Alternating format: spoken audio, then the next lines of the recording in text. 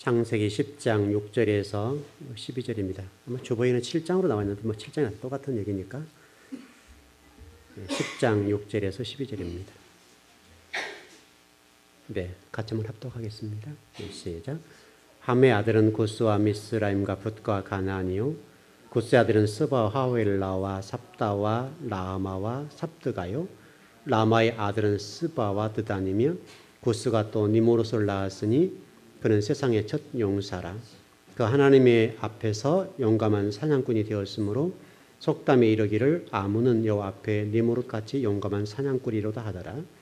그의 나라는 신할 땅의 바벨과 에렉과 악갓과 갈레에서 시작되었으며 그가 그 땅에서 아수르로 나아가 니느웨와 르호보딜과 갈라와 및 니느웨와 갈라 사이에 렉센을 건설하였으니 이는 큰 성읍이라.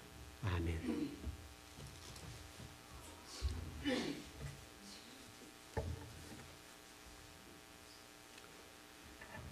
우리 지난 금요일 날 끓는 가마 얘기를 계속 공부했었습니다. 우리가 인간적인 생각의 지배를 받는 동안에는 끓는 가마가 주어진다.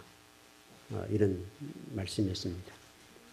그래서 야곱이란 사람을 들어서 야곱이 자기 생각에 사로잡혀 살 때에 라반의 집에 집어넣었다.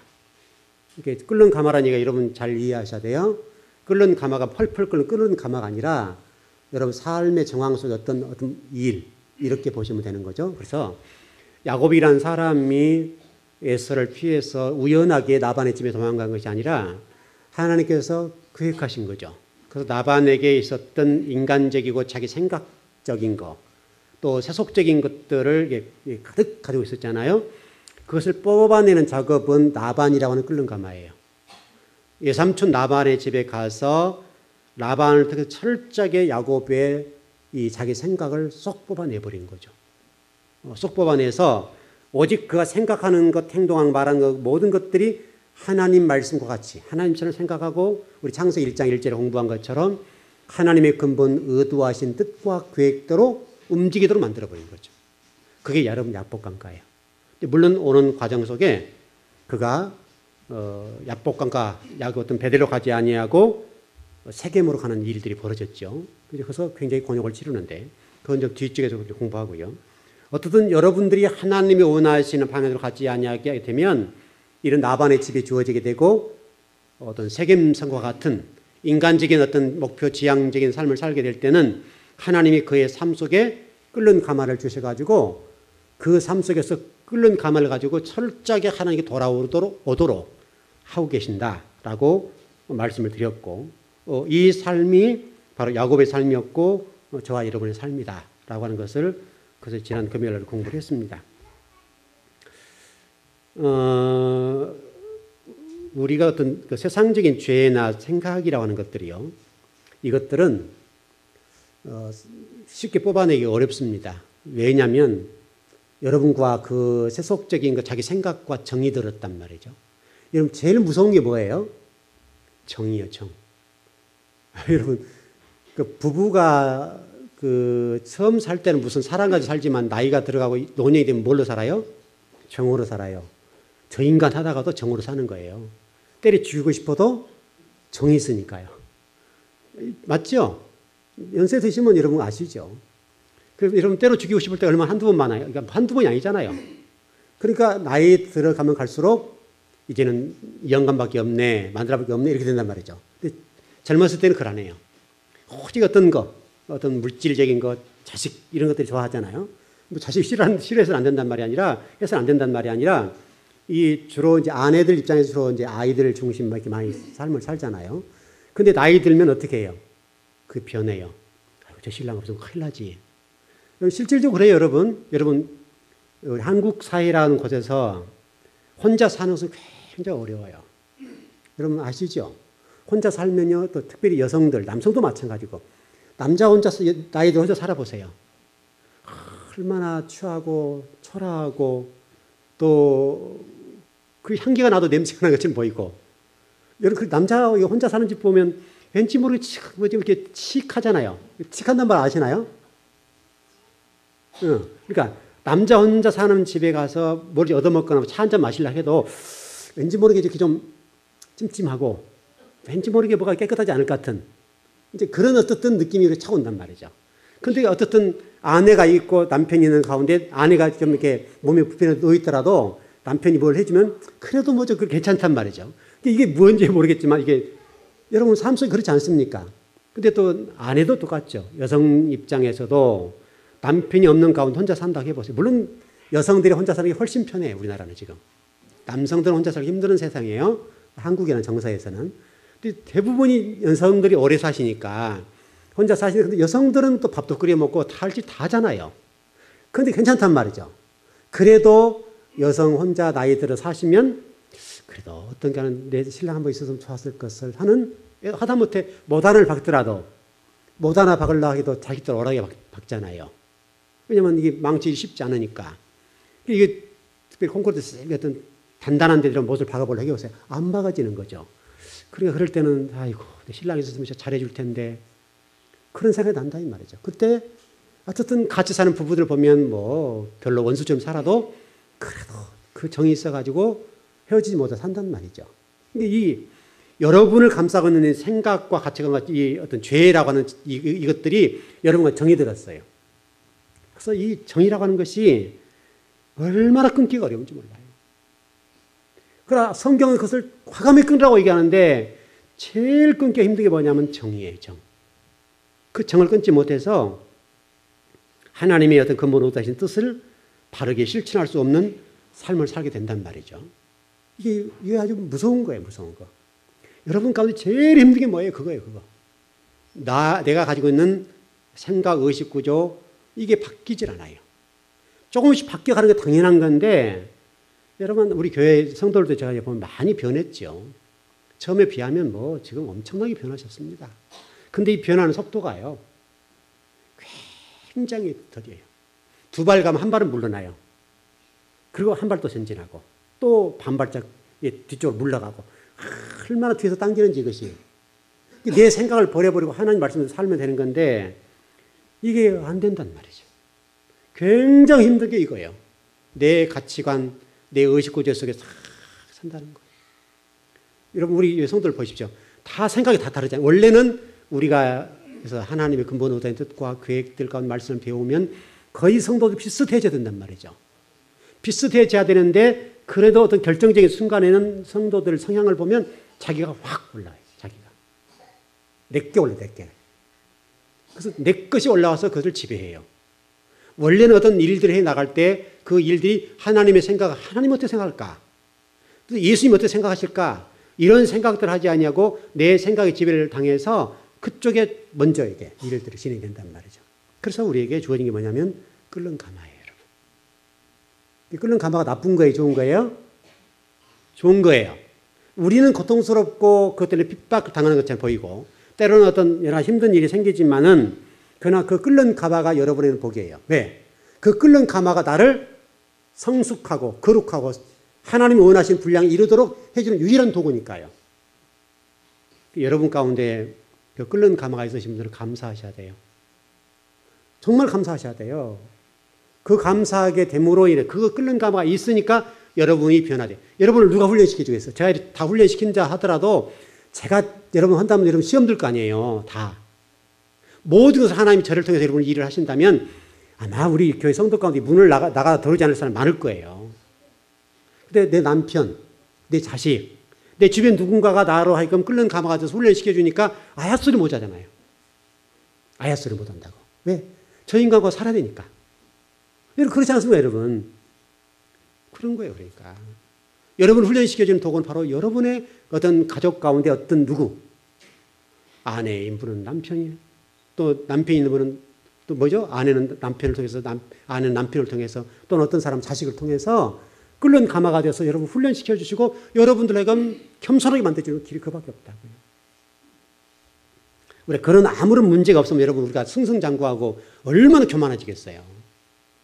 그런 것이 있어요. 이게 태클이 들어오고 끓는 가마가 돼가지고 여러분들을 이렇게 딱 당기니까 아이고 나도 죄인이지. 아이고 내가 이렇게 이런 상황 속에서 그냥 기도해야지. 여러분 그런 거 아니에요. 모든 게 승승장구 다 잘 돼 보세요. 여러분이 무슨 기도할 일이 있습니까? 아쉬운 게 없으면 여러분 하나님 앞에 와서 무릎을 꿇겠습니까, 여러분? 안 꿇죠. 교회 들어오더라도 좀 들은 폼부터 잘 달 거 아니에요. 다 이렇게 허리 제끼고 딱 들어올 거 아니에요, 여러분. 성전 들어오는 것부터 차 오는 것부터 싹 세단 타고 들어가가지고 착 또 비서문을 열어줘야 되고 들어오는 딱 이렇게 폼 잡고 들어오고 이럴 거 아니야 이 말이죠. 하나님이 오는데도 불구하고.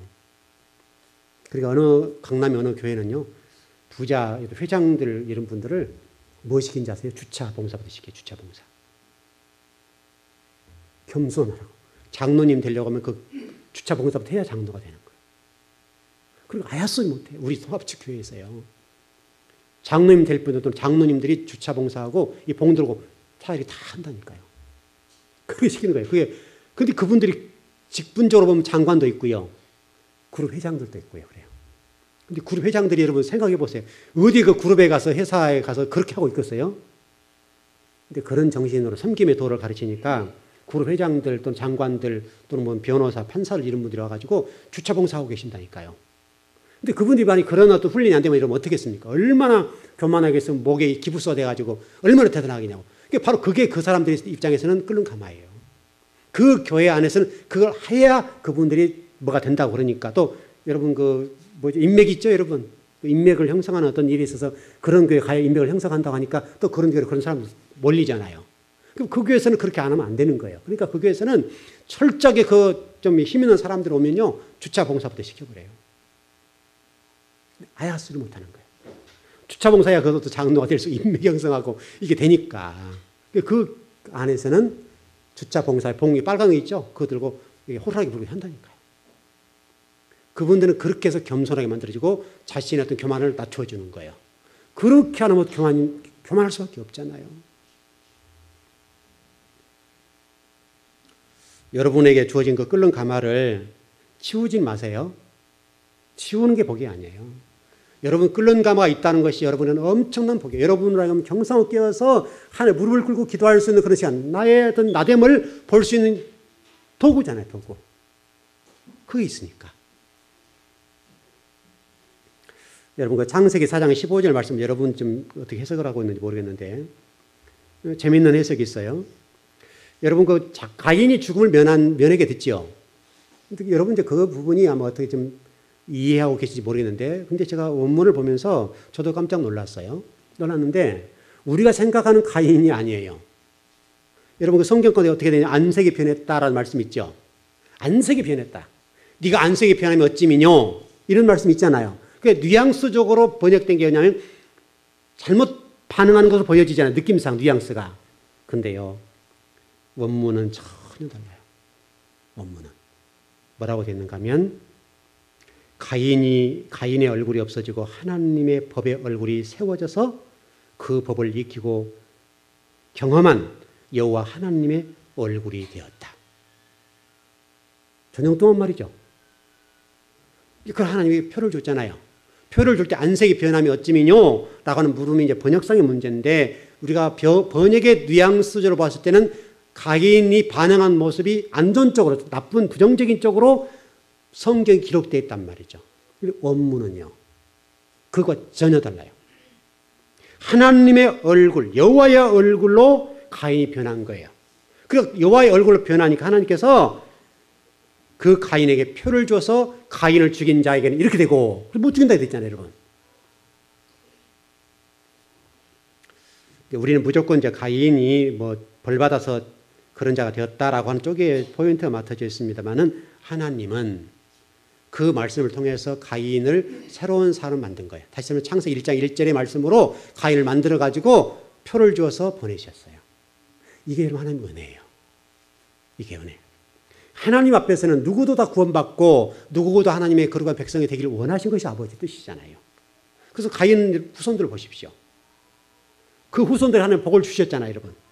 여러분 복 주었습니다. 가인의 후손에게 복을 여러분 보세요. 이스마엘에게 후손들에게 복 주었어 안 줬어요?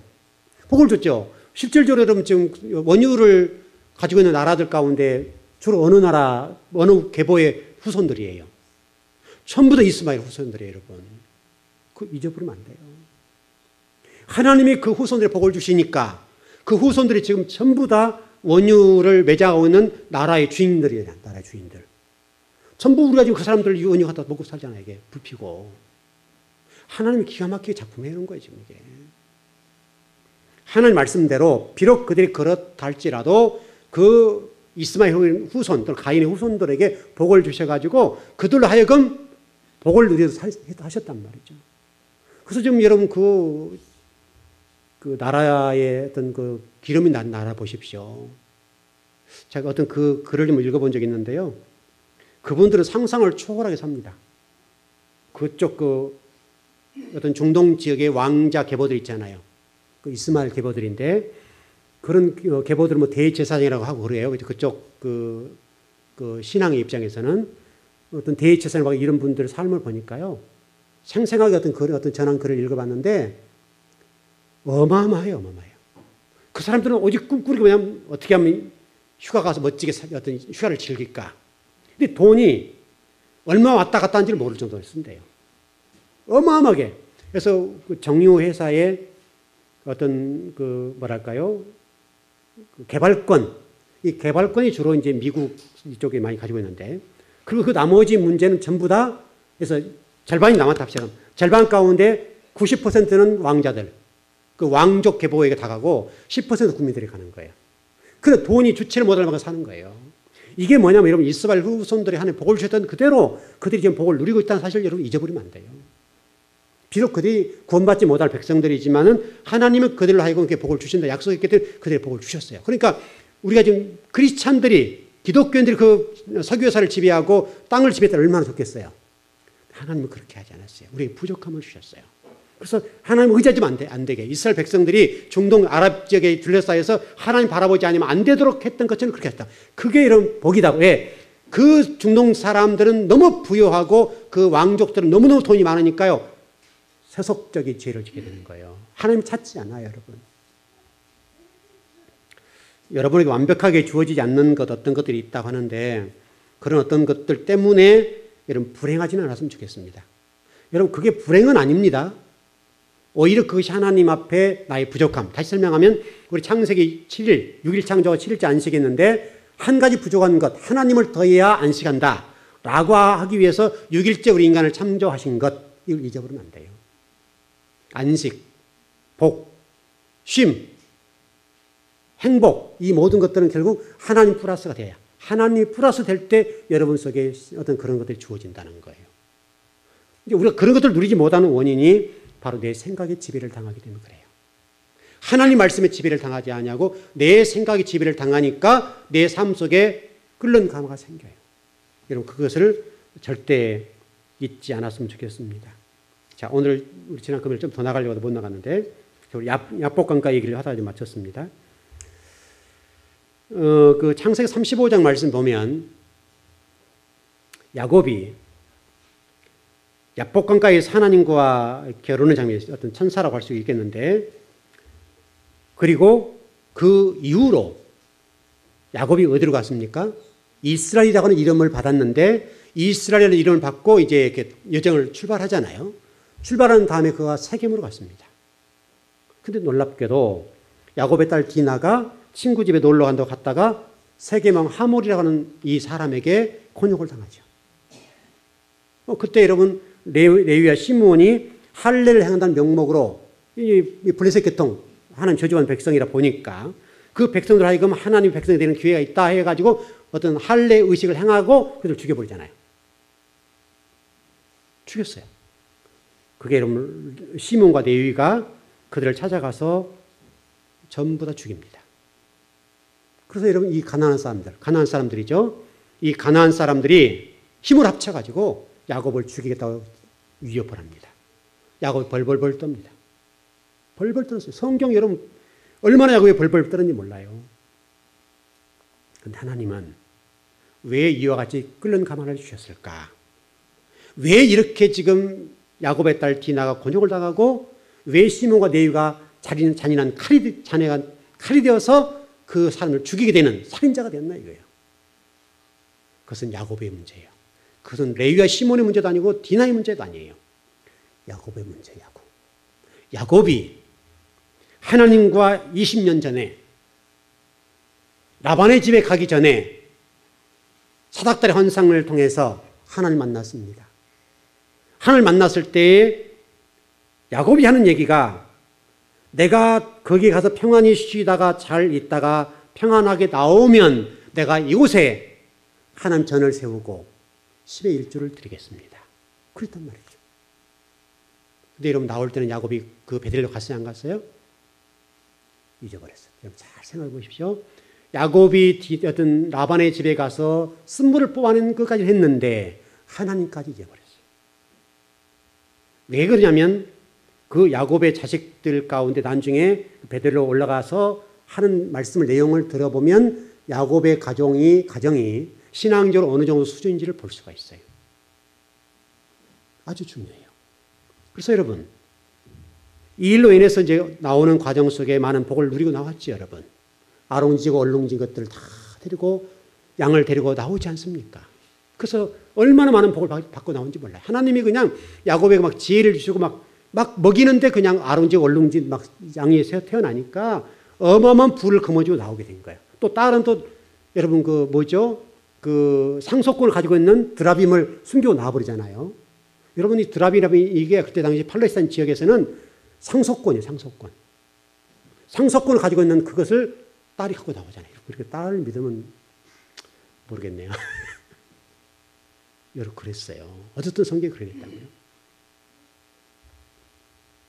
근데 야곱이 나올 때 그 모든 과정을 싹 잃어버렸어요. 베델에서 일어났던 일을 까마득하게 잊어버렸다. 그런데 하나님은 그들 잊지 않으셨어요. 여러분 하나님은 절대 기억력이 쇠하지 않으세요. 한마디 우리 신음소리에 우리가 하나님 이렇게 할게요. 이런 무식 속에 하는 얘기 있죠. 그런데 하나님은 그런 얘기는 잘 들으세요.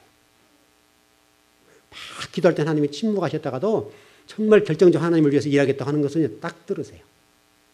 참 하나님도 대단한 분이에요. 이상한 분이에요. 근데 이 야곱이 꿈결에는 이제 환상 중에 했는지 모르지만 어떻든 자기가 돌아올 때는 잘 돌아오게 하면 내가 이곳에 어떤 예배당이라고 했죠. 예배당을 세우고 11조를 드리겠습니다 했는데 야곱이 신앙생활을 가서 못했잖아요. 나올 때는 하나님을 잊어버리니까 베델로 올라가지 아니하고 그의 가솔들을 데리고 여러분 세겜으로 가버렸잖아요. 그래서 여러분 가장의 신앙이 얼마나 중요한지 몰라요.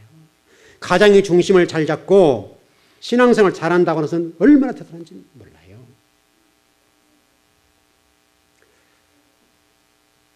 야곱이 이 세겜 땅에서 이런 곤욕을 당하고 하나님 다시 이제 명령하시죠. 너 베델 올라가. 당할 거 다 당하고 잃을 거 다 잃고 자식들 두 명 살인자 만들어 놓고 나서 대가를 지불했죠. 그리고 나서 하나님 명령하시는 거예요. 너 네가 소원했던 자리로 올라가. 그래서 여러분 야곱이 올라갔어요? 안 올라갔어요? 올라갔다고요. 어차피 저와 여러분은 하나님을 위해 살아야 되고 하나님이 원하신 대로 갈 거예요. 근데 우리는 자꾸 곁길을 본다. 곁눈질 한단 말이죠. 저와 여러분이 그것을 바라보고 하면 안 돼요. 분명한 사실은 하나님의 집이라고 하는 베델이라는 장소로 다시금 이 야곱이 올라갑니다. 여러분 그것을 놓치지 않았으면 좋겠는데 바로 여러분 삶 속에서 그런 거예요. 베델이라는 장소로 돌아갑니다. 이 베델이라는 장소는 그가 라반의 집에서 그의 옛사람, 그의 옛 인간, 세속적인 것 다 뽑아내고 올라갈 자리예요. 저와 여러분이 올라갈 자리 어디예요? 베델이 베델. 저와 여러분이 하나님의 집으로 올라가야 돼요. 하나님의 집으로. 잘 안 빠지죠? 굉장히 어렵습니다. 여러분의 옛사람을 철저히 깨뜨리고 잘라내고 뽑아내고 여러분이 꼭 올라가야 될 장소는 어디냐면 베델입니다. 베델. 하나님의 집. 여러분이 그게 최종적 목적지입니다. 여러분 그러기 위해서 여러분 속히 여러분 속에 있는 쓴뿌리, 세속적인 거 그거를 싹 뽑아내셔야 됩니다. 근데 여기는 고충이 따르고 아픔이 따르고 눈물이 따르고 어떤 경우는 피를 흘려야 될 그런 상황이 있습니다. 어렵습니다. 힘듭니다. 고통스럽습니다. 그래서 우리가 그것을 이렇게 좀 주저한다 할까요? 표현상 주저하게 되는데 그러나 여러분들이 하나님의 백성, 하나님의 자녀가 되기 위해서는 끓는 가마를 잘 생각하셔야 돼요. 그 끓는 가마가 계속 부어지면 안 돼요. 한 사건에 대해서, 한 일에 대해서 계속 부어지면 안 좋은 거예요. 빨리빨리 고치세요. 빨리빨리. 나를 쳐서 복종시키는 그런 놀라운 일이 있었으면 좋겠습니다. 여러분, 베델로 올라가서 야곱이 새롭게 되는데 그 베델이라는 장소가 원래 이름이 뭐죠? 베델이? 베델의 원래 이름은 뭐죠? 베델. 베델? 잘 기억이 안 나시나요? 베델의 원래 이름은 루스더라. 맞습니까? 그것도 잘 모르시나요? 맞아요. 베델의 원래 이름은 루스라는 이름이에요. 루스. 루스라는 말이 무엇인지 아세요?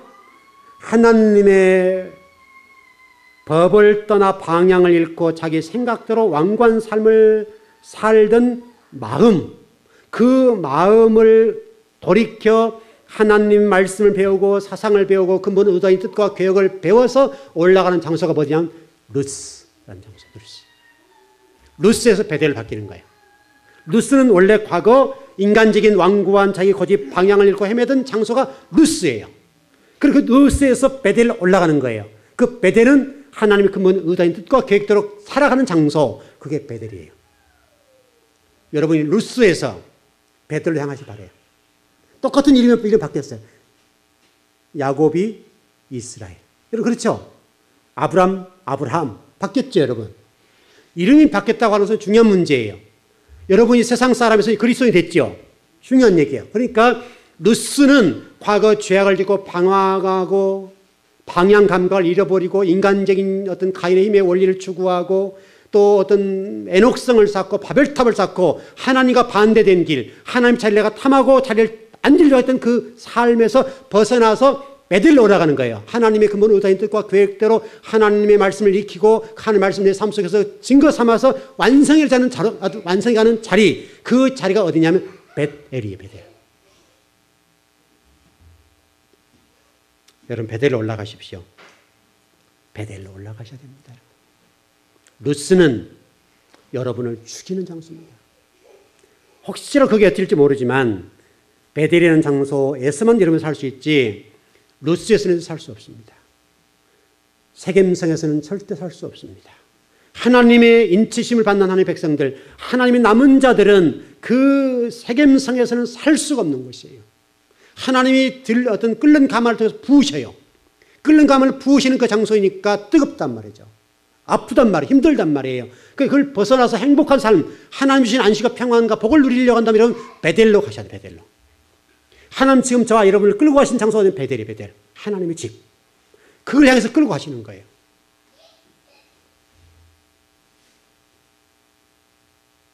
좀 결론을 정리해 보시죠. 나반까지는 다 못 나갔는데 수요일 날 나반에 대해서 더 공부를 할 거예요. 나반이라는 사람이 어떤 사람인가? 왜 하나님이 그쪽을 보내셨는가? 그 부분은 이제 다음 수요일 날 공부하겠는데 여러분 오늘 절대로 잊지 마실 것은 여러분이 세겜으로 가는 동안에는 여러분 끓는 가마 있습니다. 끓는 가마 부어집니다. 또 더 나가서 루스라는 장소에서는 여러분들이 인간의 방법과 방향과 그것으로서는 여러분 안 됩니다. 그곳에서 베델이라는 이름으로 바뀌었던 것처럼 베델, 하나님의 집이 되셔야 됩니다. 여러분 그걸 향해서 가는 거예요 지금. 그러니까 여러분 생각을 철저하게 부숴버리고 깨트려서 하나님의 근본 의도인 뜻과 계획을 여러분 말씀을 배우고 익히고 어떤 몸에 익혀서 그 어떤 말씀들이 그냥 자동적으로 나올 수 있도록 내 몸에서 반응할 수 있도록 여러분 몸이 반응해야 돼요. 몸이. 입은 못 믿어요. 입은 믿을 수가 없어요. 몸이 반응하지 않으면 그건 안 되는 거예요.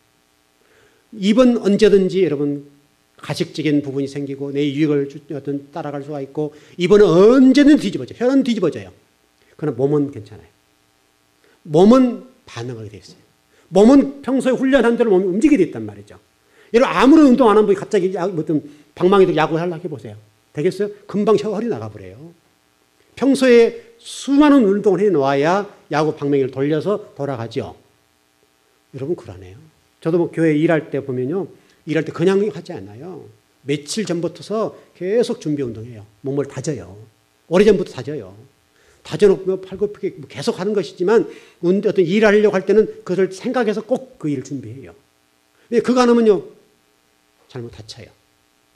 문제가 생긴단 말이에요. 그러니까 여러분을 끌고 가고 있는 부분은 루스여서는 안 됩니다. 세겜이어서는 안 됩니다. 여러분들을 베델로 끌고 가십시오. 베델로 끌고 가시면 그곳에 하나님이 계십니다. 그가 진리가 있는 곳입니다. 그곳에 가셔야 여러분 평안합니다. 그곳에 가셔야 여러분 가정이 행복할 수 있습니다. 여러분 사업 직장, 여러분 그곳에 가셔야 하나님 복을 받습니다. 틀림없는 사실입니다, 여러분. 그러니까 여러분 인간적인 생각을 여러분 지배하지 않길 바랍니다. 그 복이 여러분 하나님 앞에 품에 안기는 그 순간까지 지속되었으면 좋겠습니다. 예, 기도하겠습니다.